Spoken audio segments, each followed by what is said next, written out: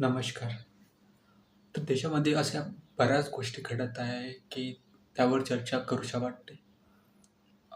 आता नुकतेच 3 अशा सुप्रीम कोर्टाने आणि उच्च न्यायालयाने अशा नुकत्याच काही घोषणा केल्या, जसं की ऑर्डर दिले, की पहिली म्हणजे तर कोलकात्यामधील हत्ती याला वनचरामध्ये हलवावे. दुसरी गोष्ट म्हणजे अ, जे मुंबईमधले कबूतरखाना आहे त्याला हटवावा.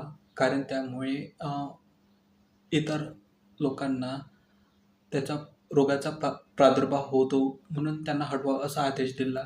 आणि त्यानंतर दिल्लीमध्ये अ, कुत्र्या अ, कुत्रा माणसाला डसला की त्याला रोग होतो आणि तो अ, मरतो.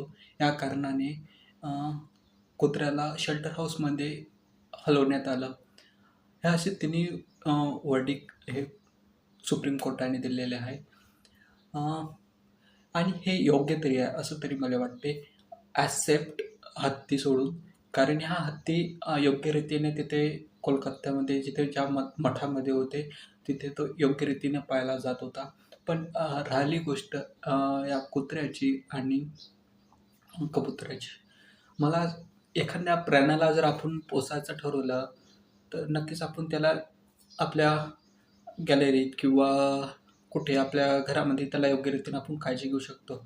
पण कबूतर हे सार्वजनिक ठिकाणी त्याचा कबूतरखाना आहे आणि तिथे जो बी लोक अ, जिथे ट्रॅव्हलिंग करतात किंवा काही करतात, तिथे येतात, फिरायला, तेव्हा मूठभर कुठले फुटाणे वगैरे घेतात, कुठले खाद्यपदार्थ घेतात आणि त्या पक्ष्यांना टाकतात. पण ते पक्षी उडल्यावर कुठे विष्ठा करतात, कुठे त्यांचे पंख पडतात. तेच पंख कुठे जेवणात जात असेल, तर कुठे अन्नावर पडत असेल किंवा कुठे स्ट्रीट फूड असेल, तिथं त्याचा अ, प्रादुर्भाव वाढत असेल.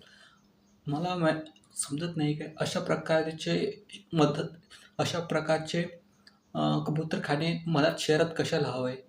हां, ही परंपरा असली तरी आपण ती मोडू शकतो ना. जर पहिलेच आता मुंबई ही खूप क्राउडेड सिटी झाली आहे.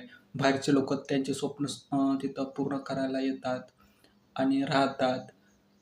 अ, 3 करोडाची लोकसंख्या आहे जवळपास आणि आणि तिथे हे सुद्धा गर्दी कबुतरांची.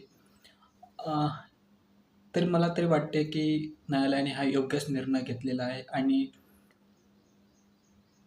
मराठी लोकांनी याला पॅक करायला पाहिजे आणि तिथून ते हलवायला